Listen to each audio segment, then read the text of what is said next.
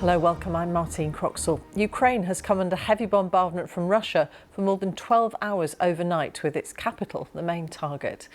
These are live pictures from Kyiv. Ukraine's Air Force says Russia launched almost 600 drones and 48 missiles in its latest attack on Ukraine, killing 4 people, injuring dozens and damaging civilian infrastructure. President Volodymyr Zelensky said Moscow wants to keep on fighting and killing and deserves only the harshest pressure from the outside world. Poland scrambled its aircraft because of the strikes, but says they've now returned to base. The mayor of Kyiv, Vitali Klitschko, has been speaking to reporters about the latest attacks. This last attack, one more attack in last night in our hometown. It's 6 districts have damages. A lot of buildings was destroyed. One of them behind me, and in this moment we can talk about 4 people died, and from 4 people it's 12-old girl. 8 people hospitalized and 13 people asking about medical support. Vitali Klitschko and our Ukraine correspondent James Waterhouse has more on what happened overnight. Yeah, Russia's aerial bombardments can often be as unpredictable as they are routine. I mean, Saturday night is usually a sweet spot for Moscow. And in the case of last night, the sirens went at about 1 a.m. And the country's air raid app urged people to head to the shelter and stay there. You could hear anti-aircraft fire. They're sort of dotted around Kyiv, but you can hear them. Behind me is the eastern flank of the city.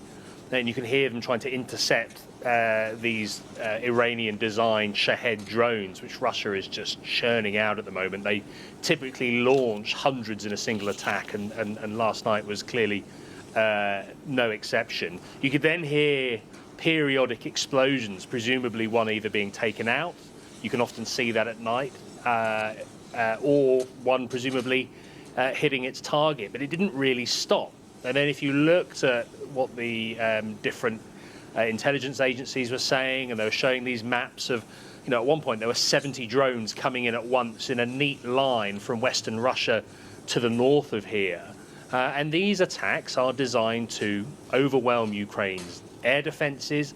They are also designed to pressure the population. There might be, as Moscow suggests, a military dimension as well, but you know, this is a blanket strategy that doesn't tend to discriminate when it comes to what Russia's targets might be.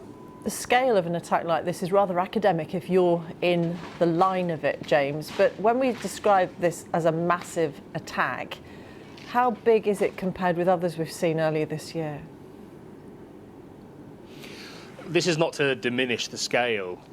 This is sadly par for the course now. Such is Russia's ability to manufacture close to sort of 1,000 of these things every month. So if you imagine that they are churning out a few hundred in a single attack every few days, they are able to sustain that. Whereas if you're Ukraine, you don't want to be using, you know, multi-million-pound missiles from a sophisticated Western-supplied battery.